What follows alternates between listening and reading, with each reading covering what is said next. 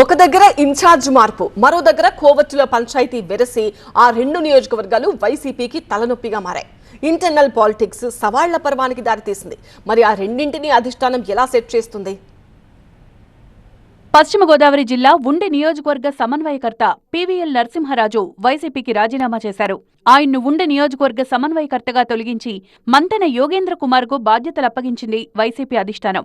యోగేంద్ర కుమార్ను ఇన్ఛార్జిగా నియమించడంపై ఆగ్రహంతో పార్టీకి గుడ్ బై చెప్పారు నరసింహరాజు. ఉండిలో 2 సార్లు వైసీపీ నుంచి ఎమ్మెల్యే అభ్యర్థిగా పోటీ చేసి ఓడిపోయారాయన. వైసీపీ ప్రభుత్వంలో డీసీసీబీ చైర్మన్ గా పనిచేశారు. పీవీఎల్ రాజీనామాతో పార్టీ కార్యాలయం దగ్గర వైసీపీ జెండాలను, ఫ్లెక్సీలను అనుచరులు తొలగించారు. ఆయన గత 7 సంవత్సరాలుగా ఏ కార్యక్రమంలో కూడా ఒక ఫోటో చూపించినా నేను అతన్ని యాక్సెప్ట్ చేస్తాను. ఎప్పుడైనా కారుకి జెండా కట్టి తిరిగినట్టు చూపించినా నేను అతని అభ్యర్థులనే ఓకే చేస్తాను. గౌరవం లేని చోట ఎవరు ఉండడానికి వీల్లేదు.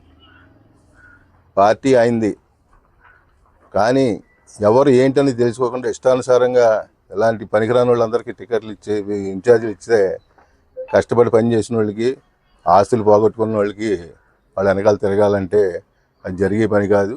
ఉండి పంచాయతీ అలా ఉంటే నెల్లూరు జిల్లా వెంకటగిరిలో కోవట్ల పంచాయతీ నడుస్తోంది.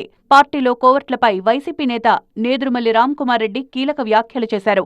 మంత్రి ఆనం రామనారాయణ రెడ్డి టార్గెట్ గా విమర్శలు చేశారు. తనతో ఫుట్బాల్ ఆడతానన్న వ్యక్తి వెంకటగిరి వదిలి వెళ్లిపోయారని, కానీ వైసీపీలో ఇంకా ఆనం టీం కోవట్లుగా ఉన్నారని ఆరోపించారు.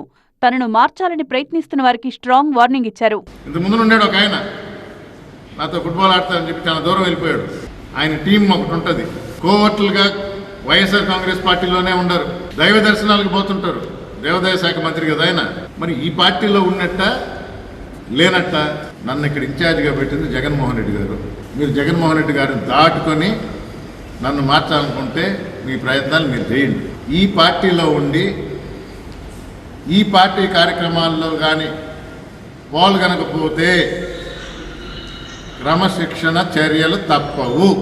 ఉండిలో ఇన్ఛార్జిను మార్చడంతో గొడవలు, రాజీనామాలు చేస్తుంటే నెల్లూరు వెంకటగిరిలో కోవట్ల పంచాయతీ నడుస్తోంది. మరి ఈ 2 సమస్యలను అధిష్టానం ఎలా సెట్ చేస్తుందో చూడాలి.